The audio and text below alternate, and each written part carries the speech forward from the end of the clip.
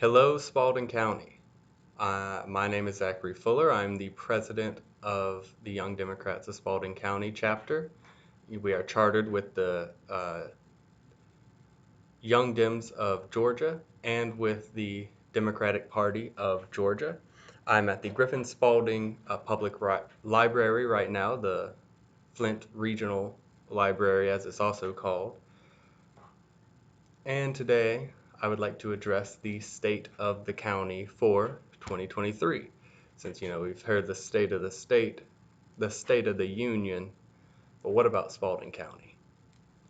So first, I would like to start off by acknowledging something that in my almost 23 years of life and living in Spalding County, Georgia, I have not heard anyone say. But the whole reason this county is here in the first place is because of a genocide of indigenous people. This part of Georgia used to be part of the Muskogee Nation. Specifically, there was the township of Kashida.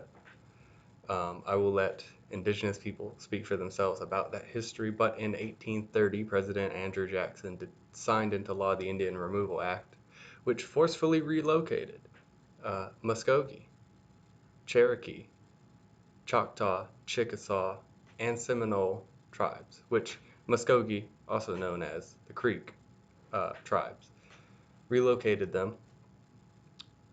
And you see right after that, starting in the starting in the late 1830s, immediately after this removal and genocide, we start seeing white settlements in what is now Spalding County, which was of course founded in 1851. You see, if you look in downtown, First Baptist Church, 1841.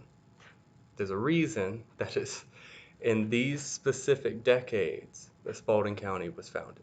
And so we must recognize that. I have never heard anyone recognize that at a governmental meeting, in school, or anywhere discussing Spalding County. So that's how I would like to start this first state of the county. And unfortunately, I have to continue talking about genocide because our governor, Brian Kemp, just signed into law SB 140. This is something that everybody needs to know about. SB 140 is a law that bans most, effectively, basically all gender-affirming care for minors. This is part of the Republican-led effort to make trans people non-existent. Of course, this is personally really important to me as I am trans. I've scheduled to start the process of hormone therapy later this year, actually. And it wouldn't affect me because I'm no longer a minor. But the reason this is important is that it's so. Studies have shown again and again and again. Many trans people know that they are trans if they have the education and the parents and community that give them the option. A lot of them know it by the time they're 5 or below.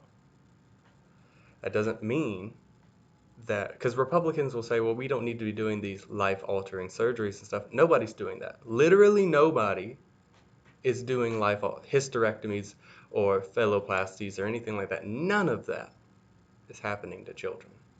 What they're blocking is proper therapy, puberty blockers, which are completely safe and do not do major hormonal change. Puberty blockers are basic pills that some people who are immunocompromised or have other issues going on use as well.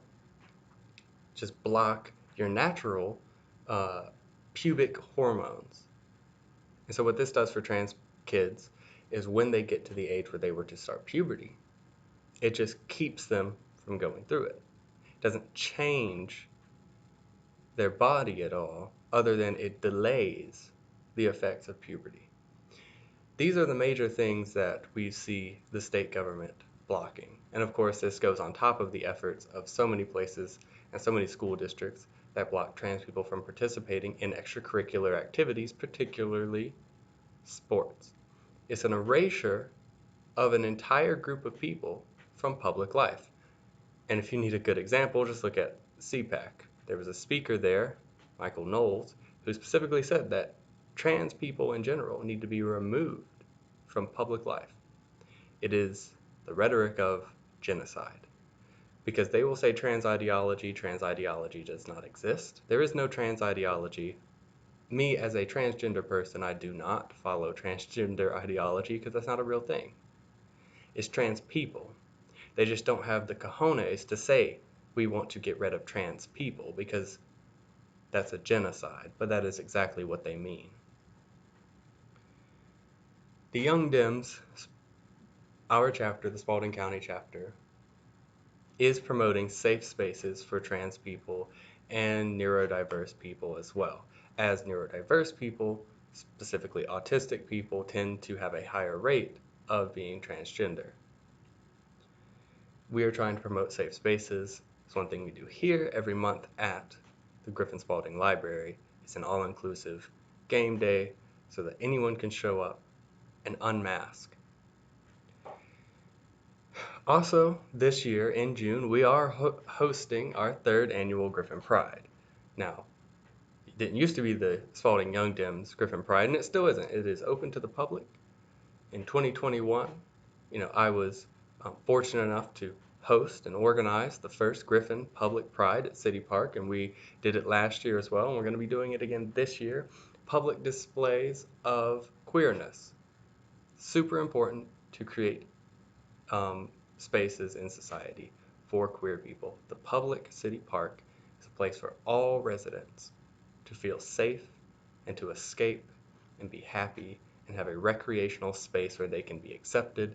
And that is what we show up and demonstrate as a fact every year. The 2 years we've done it, it's gone perfect. No problems. We're not expecting any problems this time, but safety is our #1 priority as tensions get higher. That will be June, the end of June. We will be releasing dates. You can sign up, apply to be a member, or just message us, sign up for our newsletter so that you can stay up to date on things like that. But in May 27th, which just happens to be my birthday, but May 27th, we are having our launch fundraiser because our chapter was only started in August 2022, last year. And so we need the core funding to run our events and things like that. We've been lucky to have generous donations from our members and from our partners to get the job done last year and to start facilitating and lay out our monthly goals and meetings for this year. But we need that key funding so that we can actually make a huge difference in this county. Now, of course, last year, like I was saying, what we did is we had our volunteers, members, and outside volunteers come and work full days of canvassing. We canvassed in Griffin, specifically in North Griffin and above Broadway Street, from Broadway Street up, Tinsley, Chapel, and then also down more on the west side. We were in Hammond Drive and Cherokee Drive and on the numbered city streets and on West Poplar Street, we hit the ground and we canvassed for Dr. Val Almanord, who is running for the United States Congress in District 3, which includes all of Spalding County. We also, for the new District 117, which now includes the northeast part of Spalding County, including Sun City, Peachtree, and Heron Bay, we canvassed for the Democratic candidate Demetrius Rucker up in Locust Grove, which the entirety of Locust Grove, just across into Henry County, is part of District 117. His opponent being Lauren Daniels, who ran on transphobia. That's really what her platform was about, was transphobia and the lies of fiscal responsibility that don't really mean anything because they don't act on it once they get in office. That unqualified candidate won by only 341 votes. There were over 26,000 votes cast. We knocked on over 500 doors in Henry County, paid our volunteers $50 a day to do that, facilitate that, lit drop, talk to voters. Had a very good showing. It's a super competitive district that was just drawn after the census, with the new Voting Rights Act that was stripped in 2013. which you can read more about in the local newspaper. This is Up to Us, the edition that's coming out next month. But just by 341 votes, Demetrius Rucker, the Democrat, lost. But we did canvass for him. We had election follow-ups to see what we did wrong and what we did right. And now, we're moving into this year. We had our leadership elections. Of course, I was reelected president. And then we have our communications director, Moss White, treasurer, Autumn Nichols, and our vice president, Tony Thurman. And we have been working with our membership and with the community to host what I'm at today, the all-inclusive game day, every last Saturday, to promote inclusive spaces for neurodiverse, disabled, and queer people, and anyone who feels marginalized. Just a place to relax and unmask. We also have, of course, our monthly general meeting, and we have our leadership meeting first Saturday, our general membership meeting, which is open to the public, second Saturday at the UOA office on 10th Street. And then also, every quarter, so every 3 months, we are doing donations. This first quarter, we've been doing a book drive. Now, with our small membership and small outreach, because we just started this organization, we've only collected 34 books, but 34 books is still impressive. We've got 34 books that we are going to be giving away to places that need it. Right now, we're mostly going to be stocking the free libraries that you can find around the city. If we get a huge increase of books next time, maybe we can donate to other places like the library themselves. But we are going into April, and this will last until June. We're going to be collecting supplies. It's our spring donate-a-thon. So we are collecting women's supplies, tampons, pads, and also things like toilet paper, toiletries, soap, shampoos, toothpaste, toothbrushes, things that people need, hygiene products, and things that people generally need that is becoming more and more expensive, and as people are having to budget and cut costs, may not be able to get, especially those on the very low income, especially those who are facing our current housing crisis. As we have seen a huge increase in our houseless population in Spalding County since the beginning of the pandemic in 2020. Now also, our goals is to host our annual events. We are, like I said, working with Griffin Pride to help facilitate that event. We're also doing an Earth Day cleanup next month on Earth Day, which is the 22nd, where we are going to be going and cleaning up sidewalks and the streets of the city. Depending on how many people we can get, we're just going to clean up, which we still definitely need, especially since the tornado in January. Of course, we're working for this fundraiser so that we can go back and do even more. One big thing that we want to do is, of course, the free fridges. Since my campaign in 2021, I've been working with people who are now members of the Young Dems to bring free fridges to Spalding County. Now, what a free fridge is, they do this in Atlanta. It's an organization that finds public spaces, partners with public spaces, whether that's businesses, organizations, or the city government, to put outdoor refrigerators that they then clean and stock with food where anyone can come and get that food for free, hence free fridges. Food banks are super important. We know this especially since the pandemic. Even people who had never gone to a food bank before were food insecure and went to food banks and food drives. And we want to partner with those here in the county. A lot of faith-based groups do food drives here. There are activist groups that do food drives here, and we want to partner with them, but also to ease that burden a little bit, and to ease the burden of anyone having to struggle. We want to have free fridges available, especially highly densely populated areas, in a walkable, safe space that people can come get food. And our members, we need the funding to not only set this up, but then of course pay any fees necessary, electrical fees to the businesses, and then also be able to clean and stock this fridge and pay our members for that maintenance. We would need to do this weekly, so the price can add up, but that's why we're doing this fundraisers for things like that. That and what I'm calling Operation Progress, which is exactly what I was talking about, our accomplishments after our founding in the 2022 election. Every election season, we want to run Operation Progress, where we pay volunteers to go out and canvass. So we do training, train them on how to speak to voters, how to safely canvass working groups and knock on doors, talk to people, change hearts and minds. And we provide literature to distribute political literature and work directly with candidates to make sure that we are supporting candidates that support our ideals.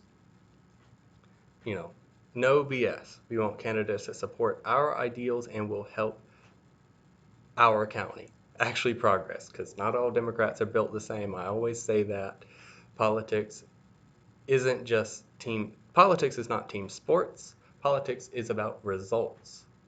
And so that's what we focus on, and we want to be able to continue to provide that training. And of course, this year is the Griffin municipal election. Every year is an election year. So we are going to have to canvass for the mayor of Griffin. That and the city commissioner seats 2 and 4. But the mayorship is super important. In 2019, it was our first mayoral race, because before this, Griffin did not elect a mayor. The mayor was appointed by the elected city commissioners. Democracy has made progress in that we now elect our mayor. The first election was in 2019. The Democrat is nonpartisan, but nonpartisan is partisan, because once again, it's not team sports, it's results. The candidate that more closely aligned with our democratic values lost by only 15 votes. 15 votes. I'm sure you know 15 people. Those 15 people didn't vote and could have voted in the city of Griffin. We would have had the better candidate. That election is up again. It's been 4 years since 2019, and we are going to implement Operation Progress again, and we are going to win that race, and we are going to win the other 2 races as well. And that's why we need the support. And of course, while doing all this, we want to collaborate with local organizations and businesses that already exist and already work. We are not trying to take up this space. We want to be part of the community. And that's why we are doing this launch fundraiser. It's cool. May 27th. We're going to start selling tickets next month. Our goals is to sell 250 tickets at least. Tickets will be $30. It's going to be a brunch. We're going to serve food to everybody, and then we're going to have special guest speakers and performances come to talk about what the Democratic Party can do for Spalding County and what they've already been doing. Our fundraising goal is $8,000. This may seem high, but once again, it's going to take a lot of money to facilitate things like bringing and maintaining the free fridges, as well as being able to recruit and pay volunteers, as well as acquire more literature, better safety standards, operate the office, and all these other expenses. It all adds up. We know that this amount of money is necessary in order to progress in the directions that we need as fast as we need to. So please consider coming to that. It will be May 27th. More details will be released ASAP.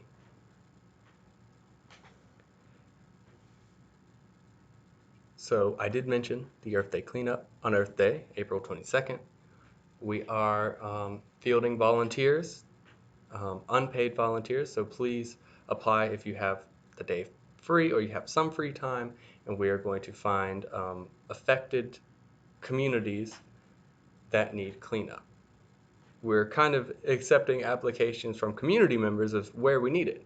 We're going to go to the Waterford community because a member of the Waterford community came to me and asked that we do it. They said, our sidewalks are not clean, they're not walkable since the tornado.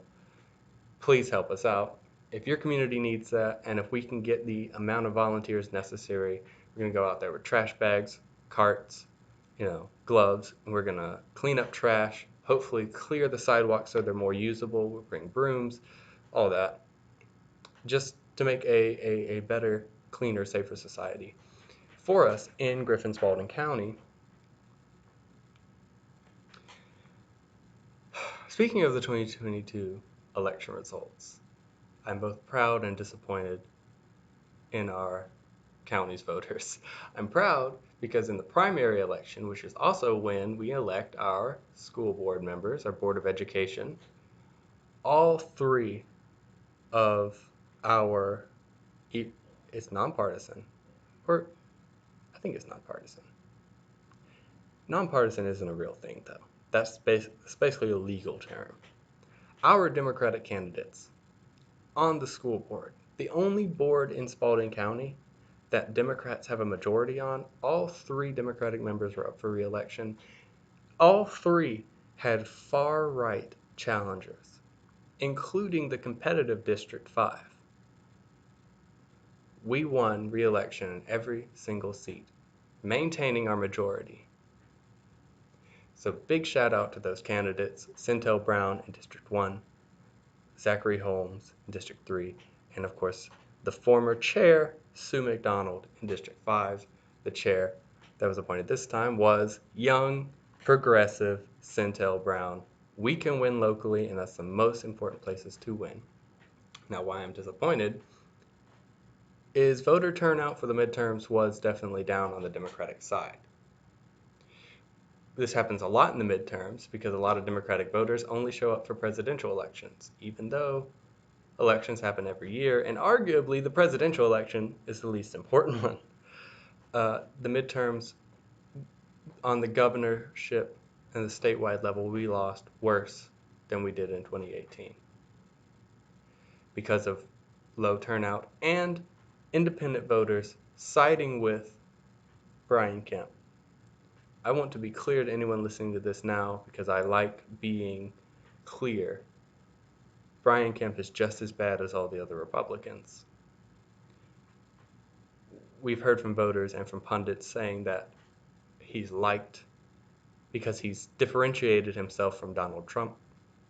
He chose not to do something illegal. After the 2020 election, he chose to do his job and not perform a coup. And for some reason, that improved his polls, how much people like him. Doesn't make sense to me because he's still a horrible person. He just signed into law this anti-trans bill, SB 140. He is just as bad policy-wise for the state of Georgia.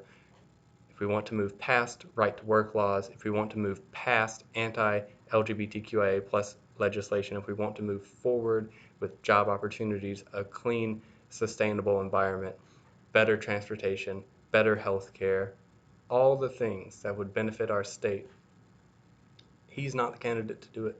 But for some reason, just because he didn't break the law, he got that boost.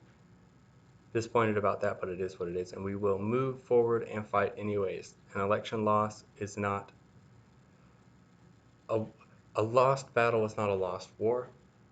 We will always stand up for human rights, civil rights, racial justice, and anyone facing potential genocide, like the trans community in the United States today. And of course, the continuation of the genocide of indigenous people, which in the state of Georgia is still a problem, but not as much of a problem as in other states, which I will quickly point out, like Oklahoma. Arizona is in a court battle right now over water rights with the Navajo Nation. Nevada, California, Washington, Oregon, Idaho, Montana, all these states, the genocide is continuing. And Minnesota, the Keystone Pipeline. The genocide of indigenous Americans continues to this day. And we do not want to see that continue. We want to see that end. And we also don't want any more genocides to happen, as we've seen horrible, horrible things happen within the Black community, Asian American communities, and the queer and trans communities.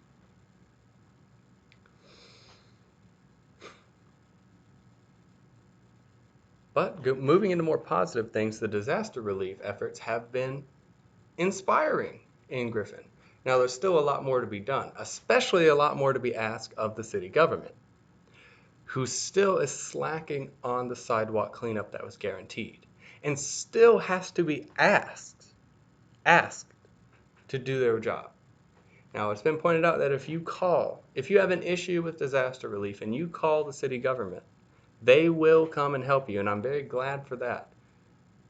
But they've said in statements, and it is what they were elected to do, go out and help people without being asked, just because it's the right thing to do.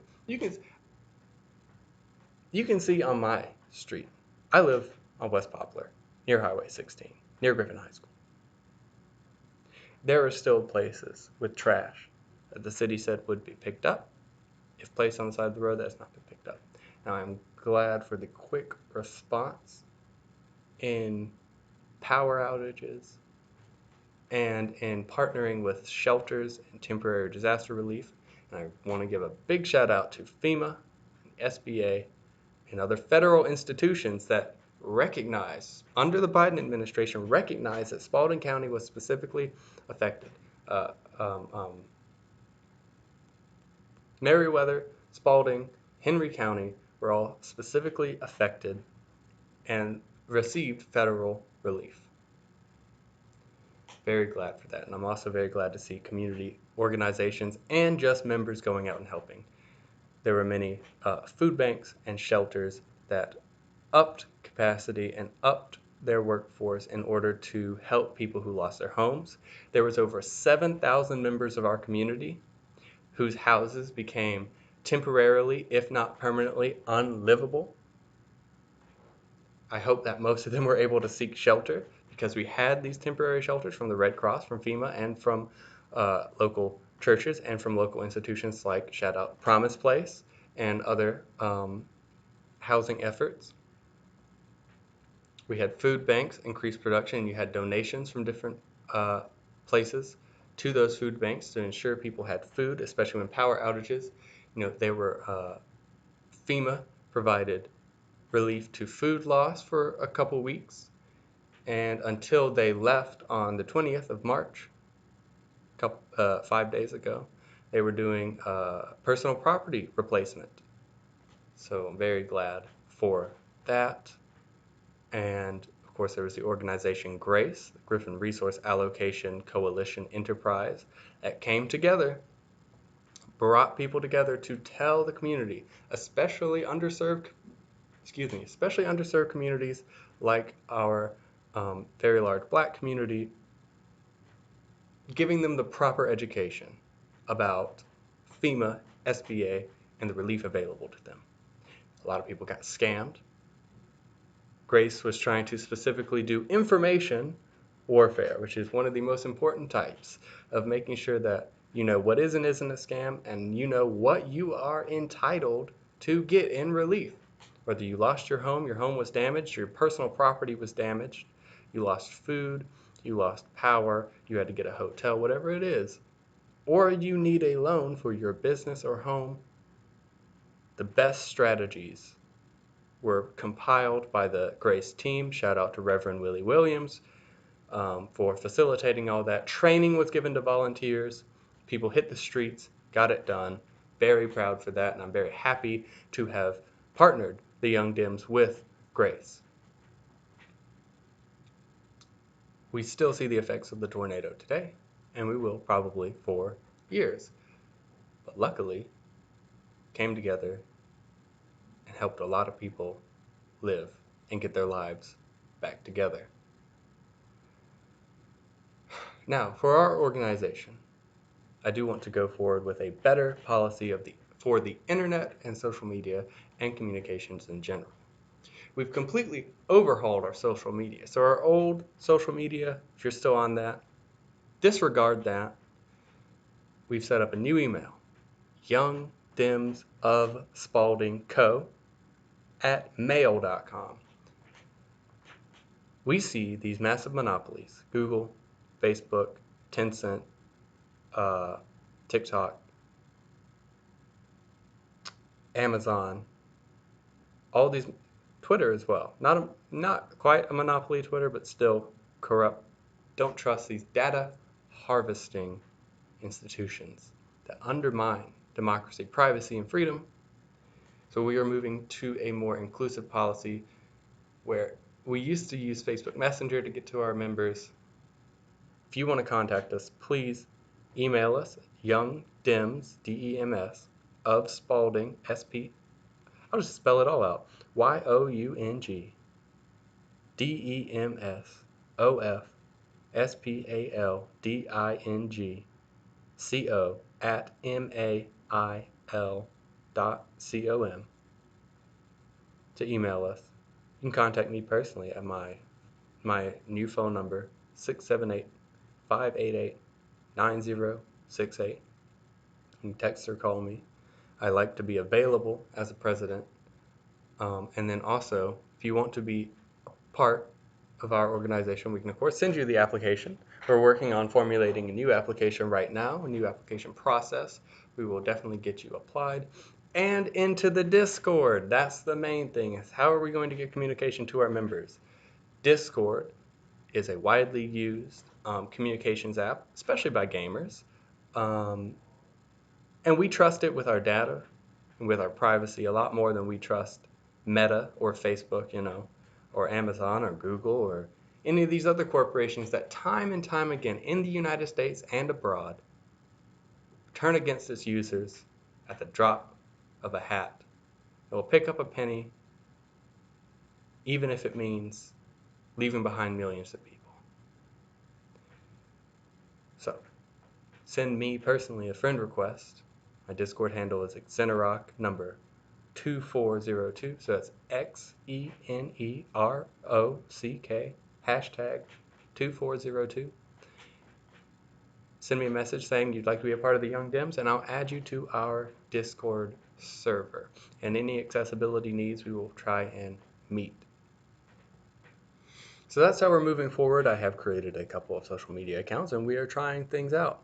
But you can stay in the loop with our new newsletter. In March, the beginning of March, we launched our first monthly newsletter to help keep people informed. We post it on Discord, on the social media that has been vetted and approved by our board, and of course we email it to all members and non-members on our list, on our email list. So please sign up for that by emailing once again at YoungDemsOfSpaldingCo at mail.com, not Gmail, mail.com. All right, and to close out, I know this has been a long one, a lot to say, but I just want to recap the problems that still face our county that I haven't talked about yet, and the positives moving forward.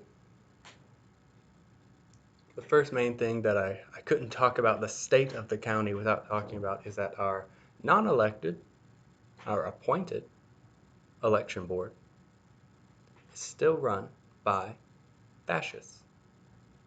I don't use that term lightly. I mean it.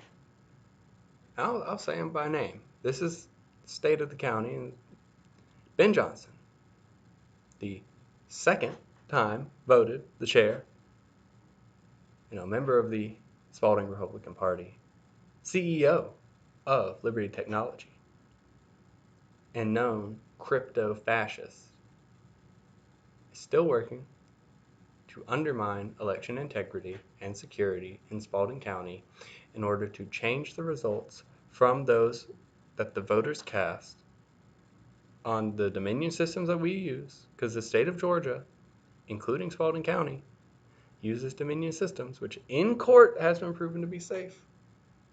Undermine that and instead, implement extremely restrictive ways of voting.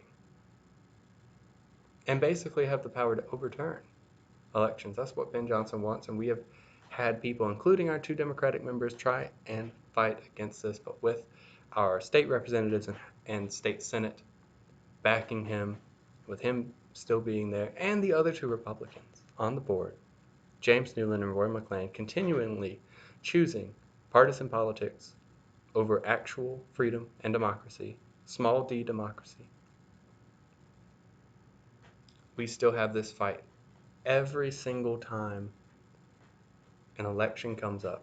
Every single time something happens with the system, the people who are in charge of it are the exact opposite of the people we need to be in charge of it.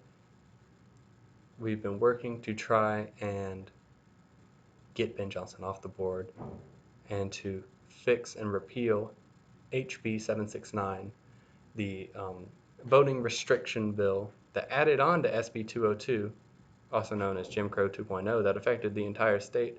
The Spalding-specific bill crafted by Karen Mathiak, Marty Harbin, and David Knight, our state legislators, to undermine election integrity in Spalding County. We are working to repeal it, but we are going to vote anyways. With these restrictive laws, we will work and have been working to inform people the processes they need to make sure that their vote counts, and that their voice is heard, and that these fascists do not successfully perform a coup, because we saw in January 6th and before and after to this day, there are fascists in this country that want to perform a coup d'etat on our government, whether that's local government, state government, or federal. This is extremely serious. And this isn't just, oh, Republicans are going to do bad economic policy, they're going to be racist, all that. That's normal Republican stuff. This is the next level. This is next level. What Joe Biden would call ultra MAGA, but what I'll just be straight up, it's Nazi-like, it's fascist. That's what we're dealing with on our Board of Elections. They are not elected members, they are appointed members. Ben Johnson specifically. Ben Johnson and Roy McClain appointed by the Republican Party of Spalding County. Dexter Wimbish, Jim O'Brien, appointed by the Democratic Party of Spalding County. Well, the Democratic Committee, which is the chartered party. They don't do parties at the local level anymore in the Democratic. The state party doesn't do local parties, they do committees. But either way, the Democrats give those two members, and because of HB 769, our three Superior Court judges appoint the last member, and that was James Newland, and those members then appoint the chair, which they voted for Ben Johnson. It's very sad. That's the state. We have to point it out. Of course, like I said earlier, there's still the growing housing crisis across the United States, but in Spalding County since the pandemic, we have seen an increasing housing issue. Before the pandemic, we had a ratio of about 30%, around 30% of people owning their homes in Spalding County. Everyone else is a renter or houseless. Rent prices have been going up. Housing prices have been going up. And in 2020, the county commission raised property taxes in order to pay for pandemic relief. But in 2022, last year, they voted on it again. Spalding County, the commissioner said the pandemic is over before the federal government said it, because the federal government says the pandemic's still going on. It's set the date to end at May 11th. But last year, Spalding County commissioner said the pandemic's over in Spalding County. But our higher property tax rate, the higher millage of the property taxes that we put in place to pay for pandemic relief, we're going to maintain that anyways. So many people, older people on both sides of the aisle and independents, I've heard from just older retired community members say, I am either going to have to get a job or lose my home. Our senior citizens should not have to be making decisions like that, and it is fully the Spalding County Commissioner's fault.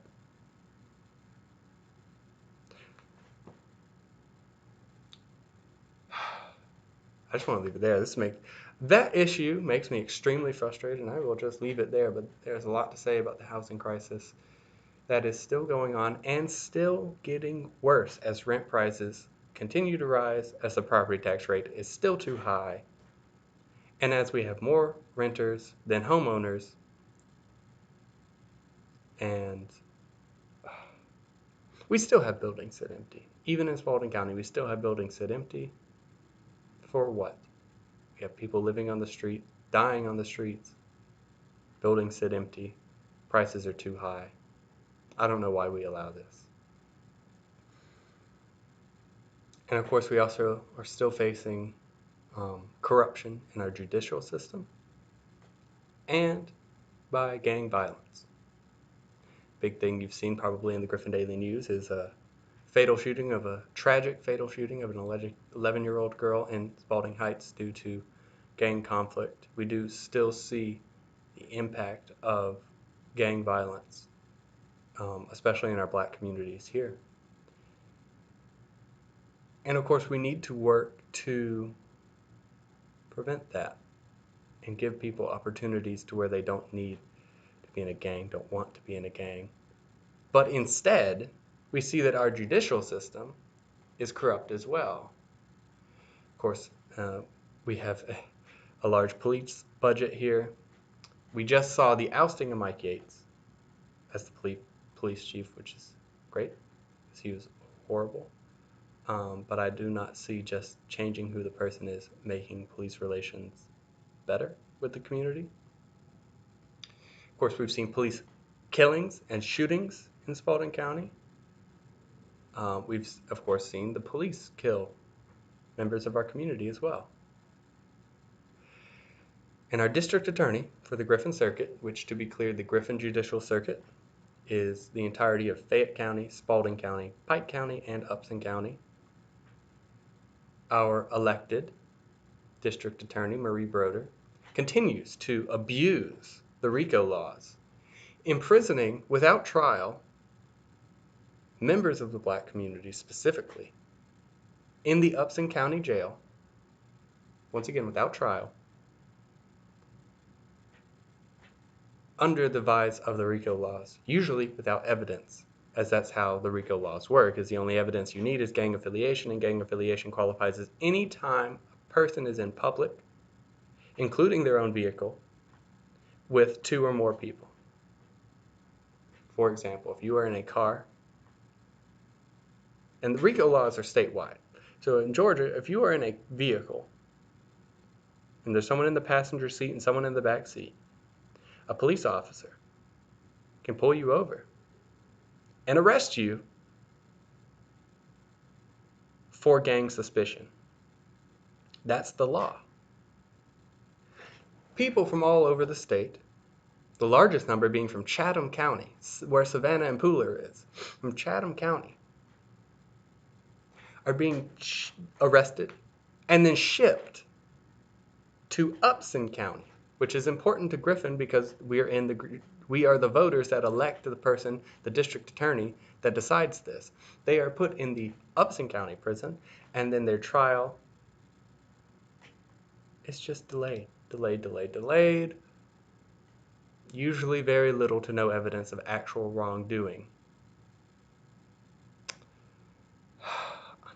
I should have looked this up before, but unfortunately I do not remember the name of this individual. But I do know 2 years ago, less than 2 years ago, but in 2021, when I first learned about this atrocity, there was an individual who had been in the Upson County prison who was from, I believe, Clayton County, has been in the Upson County prison for over a year, over 12 months. No trial date set. The only evidence of wrongdoing was a text message. A single text message that, due to suspicion of law enforcement, when they pulled him over, he didn't violate the 3 people in the car rule. No, it was just they had suspicion through tracking a text message. Pulled him over, arrested him. He had been in the Upson County prison or the Upson County Jail for over a year, no trial. This is an atrocity. It's an abuse of power. It is literally unconstitutional due to the speedy trial implemented in, I believe, Amendment 6. And yet it still persists because we have lack of oversight. We as the community may know this is going on, and we may know it's illegal, but if no one in the county, if no one in the state, and if no one in the federal government is going to do anything about it, then nothing will get done and it will continue.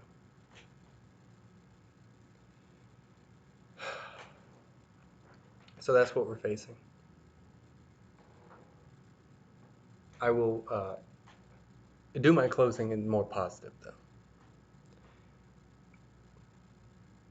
Once again, I'm so thankful for the disaster relief and the coming together of the community to get us through the effects of the tornado. We need to see these efforts continue because not only do things like natural disasters cause this, but these issues that this disaster relief has helped are things help people that had issues before the tornado and will persist after. Housing needs. We need more temporary shelters. We need more affordable housing. Food scarcity. We need better access to food. We need cheaper food options. We need to stop relying on monopolies that kill jobs like Walmart and Kroger, and instead rely on more local businesses, like Flappy's, like I'm blanking, but there are other local grocery stores. There used to be more. We need to support these businesses. We need more options. We need more support for food banks, temporary shelters. But I'm so glad to see the community actually come together, whether it's just neighbors helping neighbors or organizations going out into the streets and finding people that need help and getting them that help, or even federal organizations like FEMA and the SBA that came so quickly and stayed to be able to provide economic and material relief. Also, I'm very proud to say that the last 5 years in Spalding County, we have seen a huge increase in Black-owned businesses. Spalding County is a very mixed-race county. Griffin is a majority Black city, and yet we still see the government and many business leaders be very much majority white. Black-owned businesses have been expanding in the county for 5 years going. So big shout out to anyone who's going through the perils of running a business. Shout out Smoking Margaritas. Shout out Kizzy Cakes, the best baker in the state. Shout out to Salam Seafood, Southside Seafood. Shout out to Hibachi Joe's. It's just a few. There's tons. If you have the extra cash, which I know not everyone does, but if you do, consider not going to Taco Bell or McDonald's or Walmart, and instead going to a local restaurant, a local Black-owned restaurant or grocery store or car wash or any other service you might need, auto repair. The last thing I'd like to say is big shout out to Spalding County Democratic Committee. They are the largest, fastest growing Democratic committee by membership in the state. Spalding County is a medium-sized county by population. We have just under 70,000 residents or citizens, 70,000 citizens. You have other counties just next to us, Henry, Clayton, Fulton, DeKalb, have over 100,000 people, sometimes way more than that. Yet we have the largest by membership county, one of the largest by membership Democratic committees. That is through the great work that they have done, the great groundwork that they have done uniting the community together under democratic values. It's very impressive. I do believe right now they have 344 members, including myself. And then also, we have other organizations with democratic values, even if they're nonpartisan, popping up, and then with partisan values like ours. We only have 9 members currently, but we just started as an organization. I'm just very proud of all the work that the board and the members do there. So that's the state of the county. Thank you all for listening, and I hope to work with everyone in and outside the county, anyone who wants to be part of the community, anyone who shares democratic values of freedom, choice, opportunity, growth. Anyone who shares these values. They seem simple, they seem obvious, and yet you have huge forces backed with large money fighting against it. And the effects of that are very clear in our communities. Stay strong, Griffin. I know Griffin will stay strong. Let's build a better Spalding County together. Thank you so much. Once again, email us at YoungDemsOfSpaldingCo@mail.com. Or catch us last Saturday 1 to 5 at the Griffin-Spalding Library, or the second Saturday of every month at 5 p.m. at the UOA office on 10th Street, or at any of our other events. Thank you.